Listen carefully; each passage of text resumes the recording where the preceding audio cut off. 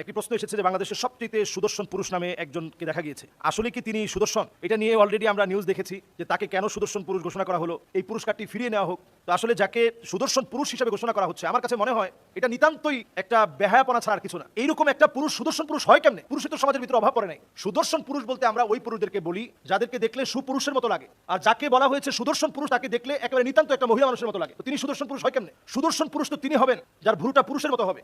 কিন্তু যিনি সুদর্শন পুরুষ হিসাবে আমাদের দেশে আসছেন, আবির্ভাব হয়েছেন, বা পুরুষত্ব কেমন আপনি একটু চিন্তা করেন, ওনার বুড়োটা প্লাক করা, কিন্তু পুরুষের ক্যাটাগরিতে পড়ে না।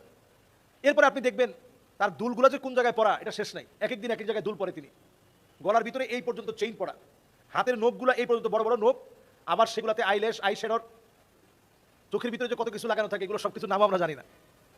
তো এই যে অবস্থা, এমন একটা ব্যক্তি যাকে দেখতে নিতান্ত মহিলা মানুষের মতো লাগে, তাকে যদি আপনি সবচেয়ে সুদর্শন পুরুষ বলেন, তাহলে এটা এই জাতির জন্য, একটা মুসলিম অধ্যুষিত একটা দেশে, দ্বিতীয় বৃহত্তর একটা মুসলিম দেশের জন্য এটা লজ্জাজনক।